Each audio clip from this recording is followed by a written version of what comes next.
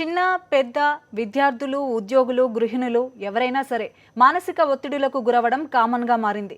మారుతున్న పరిస్థితుల్లో పోటీ ప్రపంచంలో దూసుకుపోవాలనే ప్రయత్నాలు మనుషులపై తీవ్ర ప్రభావం చూపుతున్నాయి. దీనికి తొలి దశలోనే చెక్ పెట్టకపోతే ఆరోగ్య సమస్యలు తీవ్రమయ్యే ప్రమాదం ఉందని వైద్యులు హెచ్చరిస్తున్నారు.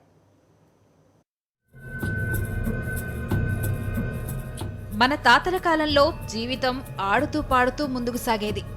ఇప్పుడు కాలం మారింది. కాలంతో పాటు మనిషి కూడా పరిగెడుతున్నాడు. ఈ నేపథ్యంలోనే సమస్యల్ని కూడా కొని తెచ్చుకుంటున్నాడు.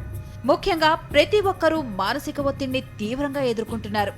ఈ పరిస్థితుల్లో ఉన్నప్పుడు మనిషి మానసిక పరిస్థితి డిఫరెంట్గా ఉంటుందని మానసిక నిపుణులు చెప్తున్నారు. ఈ సమయంలో తీసుకునే నిర్ణయాలు లైఫ్ను ప్రభావితం చేసే అవకాశం ఉందంటున్నారు. కుటుంబ వృత్తిపరమైన సమస్యలు ఎక్కువ శాతం మనుషుల్ని ఒత్తిడికి గురిచేస్తాయంటున్నారు. ఫస్ట్ ఫేజ్లో డిప్రెషన్ వస్తుందండి. డిప్రెషన్ నుంచి యాంగ్జైటీ, కొంతమందికి రెండు రకాలుగా మారుతుంటారు. కొంతమంది ఆందోళన చెందుతుంటారు ఎక్కువ ఒక ఫేజ్.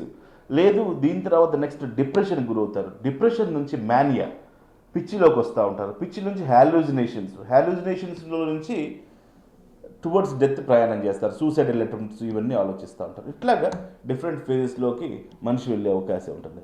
ఒత్తిడిని మేనేజ్ చేయకపోతే ఆరోగ్యపరమైన సమస్యలు వచ్చే ప్రమాదం ఉందని హెచ్చరిస్తున్నారు. ఇటువంటి వారికి కౌన్సిలింగ్ ఇచ్చి ట్రీట్మెంట్ చేయాలంటున్నారు. ఫస్ట్ స్ట్రెస్ని అవాయిడ్ చేయాలి.